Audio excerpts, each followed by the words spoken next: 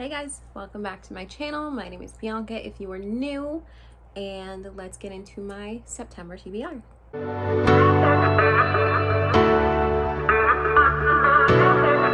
So for the month of December, I have decided that I'm going to participate in Becca's Bookoplathon. That runs the whole month of September and comes with a little Bookoplathon board, which I have printed out and put in my reading journal, which I'll show you in a minute. And I will have her announcement video linked down below, which has the board and all the directions and whatnot. So basically, I guess it's like Monopoly, and you are going around the board to find the prompt for the books you're going to read. So for this readathon, I've decided that I'm gonna pick, I think, 5 books, because while I am definitely a mood reader, I also like a little bit of structure. So I figure let's just pick 5 and then we'll roll as I go so I can mood read. So before we get into rolling for the Bookoplathon, I'm gonna have a few more books on my TBR that I'm probably gonna pull over from the end of August, because I have a few books that I want to read by the end of this month, but there's only like 3 days left and I haven't started them yet. So those books include Men Are Frogs by Savannah DeWild. And this is like a really cute part of a really cute romance series that I read the first book of in August. And it's like a fairy tale romance series. So the first book is called Fairy Godmothers Inc. and it's really cute. So this one so Men Are Frogs follows a woman who has been a wedding planner and she's kind of like ruined her career. So she's moving to the town of Happily Ever After, or the town of Ever After. I can't remember the name of the town. She's moving to this town where everybody's a fairy tale character, and I love it, and it's so cute. And Men Are Frogs, she gets into a romance with a man who's a frog. So I think it's really cute. I cannot wait to read it. So if I do not finish that in August, I plan to pick it up in September. The next book is also part of that series, and I'm not sure if it's out yet, but it happened one midnight, and I don't know what this one's about. It's just part of the same series, and I wanted to read it because I enjoyed the first one. This next one I have been reading with my niece and nephew. I was really in the spooky vibes. My mom and I were watching them for the end of the summer, and I didn't want them on their devices the whole time. So since I wanted to read it, I decided I'd read it with them. So this is Scritch Scratch by Lindsay Curry. Both my niece and nephew can read. I just decided I was gonna read it to them. But we are reading this together, and even if I don't finish reading it with them, I want to finish reading it. This is a reread for me. I have read it before. This is about a young girl named Claire who has absolutely no interest in the paranormal, which is kind of funny because her father loves ghosts and he left his job as a history teacher to start a ghost tour of Chicago where they live. So she is she's drafted into helping him one night with the ghost tour, even though she hates doing it. He needs help, so she has to do it. And some spooky stuff starts happening to her after she is on that ghost tour that she has to figure out. But she has a really tough time accepting anything paranormal because she's a scientist and everything has to have a scientific explanation. But I'm rereading this because I'm tabbing and I'm really enjoying it. Then the next book I want to pick up is another one by Lindsay Curry. I want to now get to her backlist because I believe she has a book coming out this year that I want to pick up, but I cannot remember the name of it.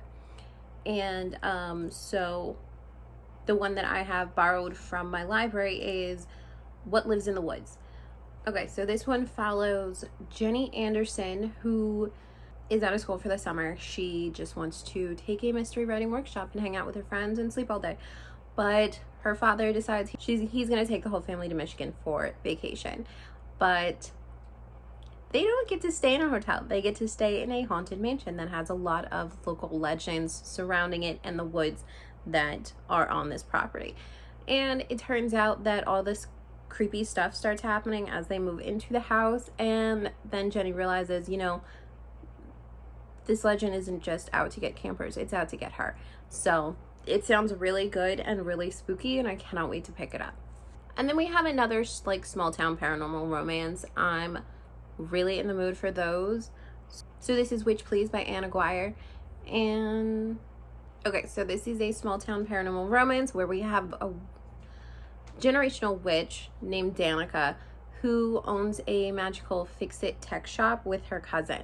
Now she's just ended a relationship that had way too much family intervention and family opinion. So she and her cousin have made the pact that they are just gonna have fun. They're not gonna try and settle down. She's also juggling a family feud between, I believe it's between her grandmother, who doesn't believe that witches should be with mundanes and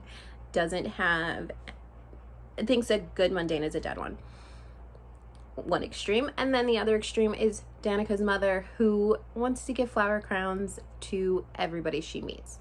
And then we have the love interest, which is Titus, and he owns Sugar Daddy's Bakery, and he has just suffered a family loss. He also suffers romantically. He hasn't had a serious relationship. So now we have these two, one who just wants to have fun and one who wants happily ever after. So he sees his happily ever after in Danica, and Danica just sees this guy who's trying to ruin her plans. So very excited to see how that goes. And then we move on to, and then we get to my Bookoplathon rolls. Okay guys, so here's my Bookoplathon board, and we're gonna roll. So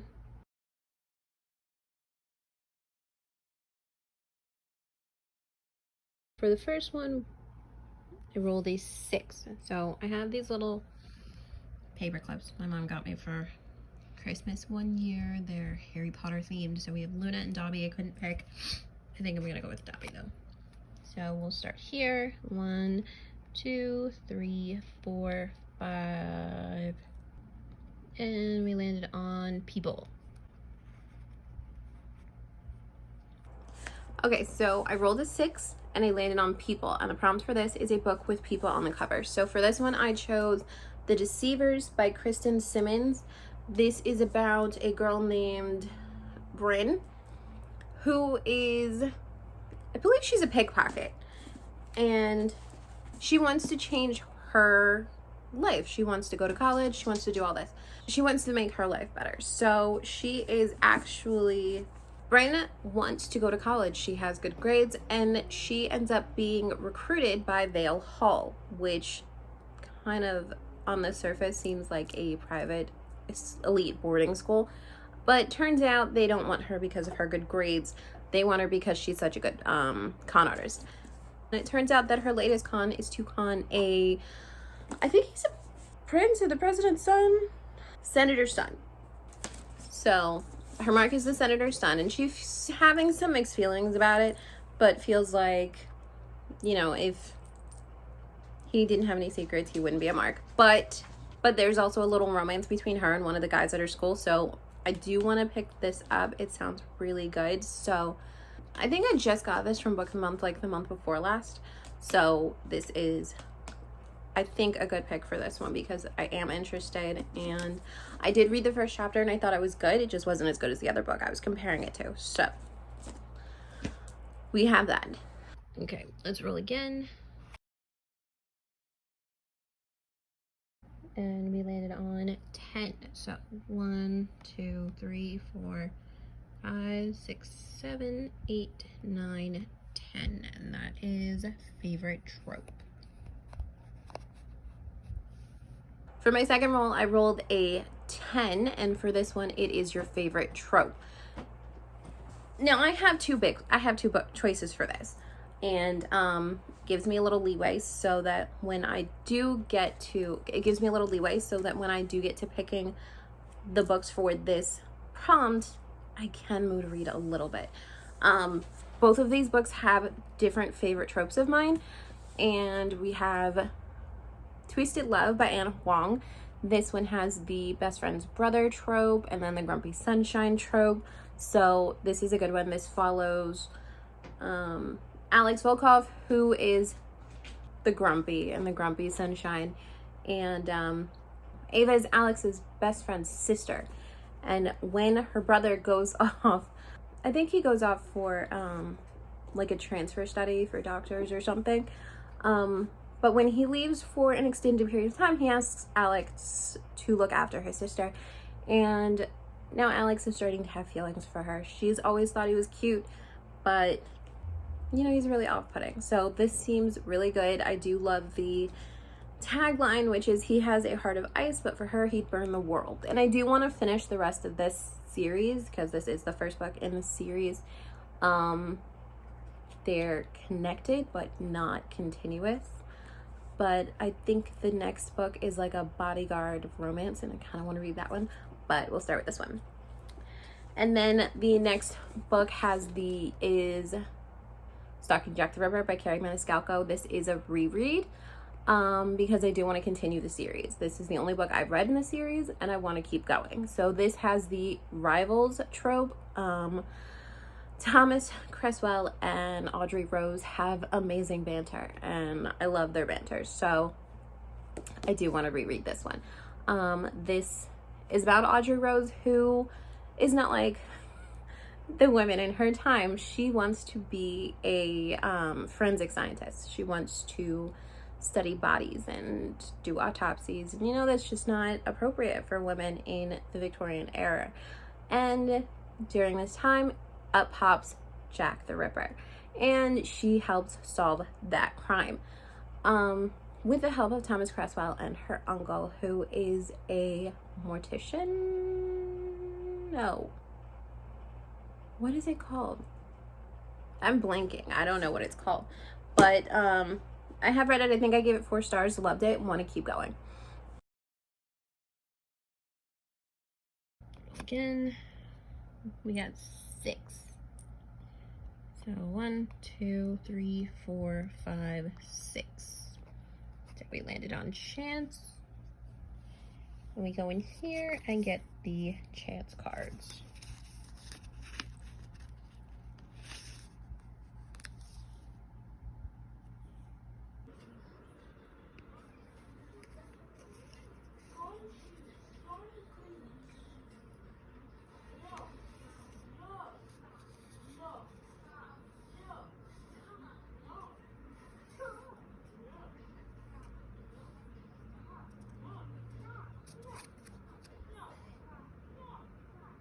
And then we have my third roll, and for this one I rolled a chance, so I had to pick my chance cards. And for my chance cards, what I did was I printed out the little ones.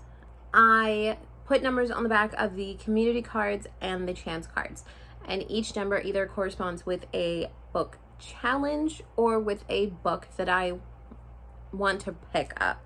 So for this one, I landed on chance, so I had to pick a chance card, and the number I landed on and the number I picked was 17. So for number 17, I have Wicked Fox by Kat Cho. This is a book I've been trying to pick up for at least 3 years.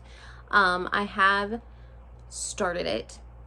I haven't gotten very far. I think I only got like 100 and some odd pages into it, but I was enjoying it. It was just this book has some words that are in other languages, and I've noticed that as I read, if I don't know the word I'm reading, it pulls me out of the story. So what I wanted to do was read this along with the audiobook so that the audiobook reader can read the words I don't know. So this follows a Gumiho, which is a 9-tailed fox, and she loses her soul bead after saving a human, and there's a romance between them, and I love this color. It's such a pretty color, and I've been wanting to pick this up for so long, along with the sequel, which is Vicious Spirits. So this was a good roll. And we roll again.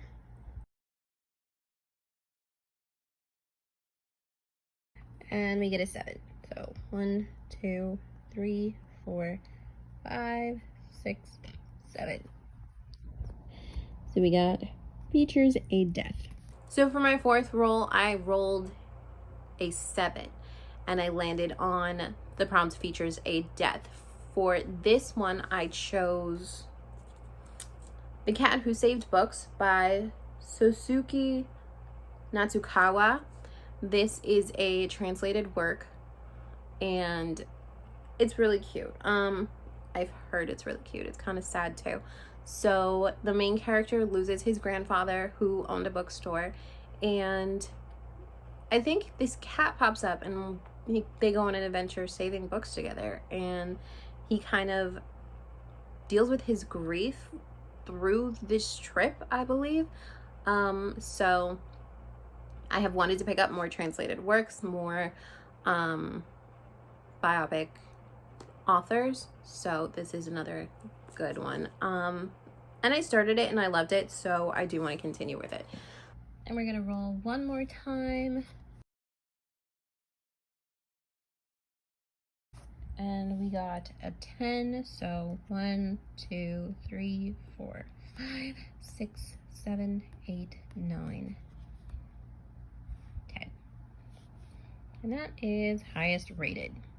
And my final roll, I rolled a 10, and this landed on the highest rated. So for this one, you will pick the highest rated book on your TBR. So I did go on my Goodreads and I flipped through it, and the highest rated book that I physically own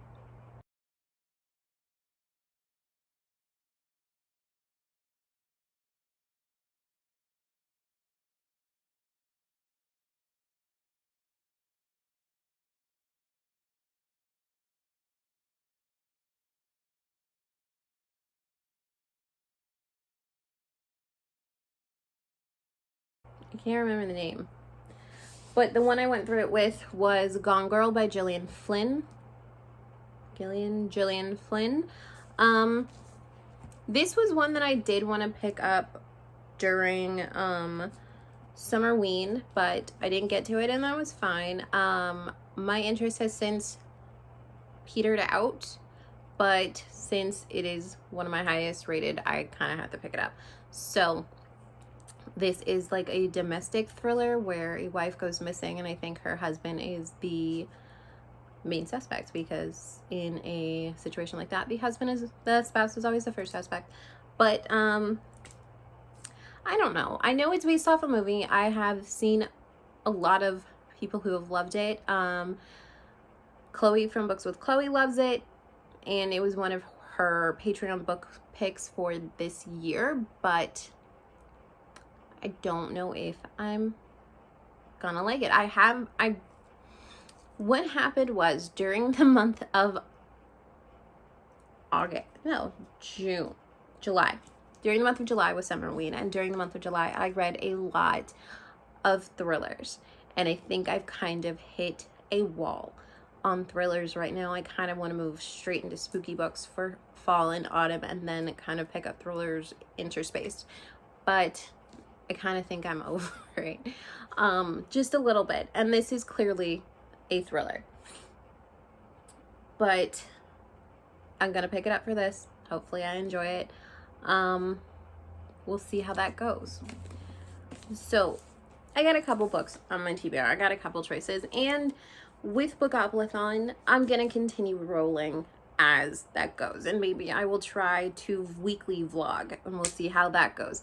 I'm not great at vlogging because I'm still new to it, so I don't know. And I don't really do anything, so I really think they'd just be boring and videos of me just talking to you about the books I'm reading. September, I do go back to work because school starts, so that will also impede vlogging, but maybe I will try. I don't know. I feel like these vlogs would be really small even if I did vlogs. So if you guys want to see vlogs, please let me know down in the comments below, and I will do my best to get that out for you. So these are most of the books I have on my September TBR. And I have a good feeling about it, but we'll see how this goes, because like I said, I tend to be a mood reader, and sometimes I don't feel like reading the books on my TBR, which I'm thinking of starting a series where I go back and see what books I've read on my TBR, but I can't find my first reading journal that I started. I actually have two that I've had before last year's. So we'll see how that goes. And we'll see how far back I go. And we'll see what I do with that. Don't forget to like and subscribe. Let me know if you guys are participating in any readathons this month, or what books you're deciding to pick up. I would love to hear your thoughts and your recommendations, because I'm always looking for a new favorite. I will see you guys in my next video. Have a great day or night wherever you are, and don't forget to pick up a good book. Bye.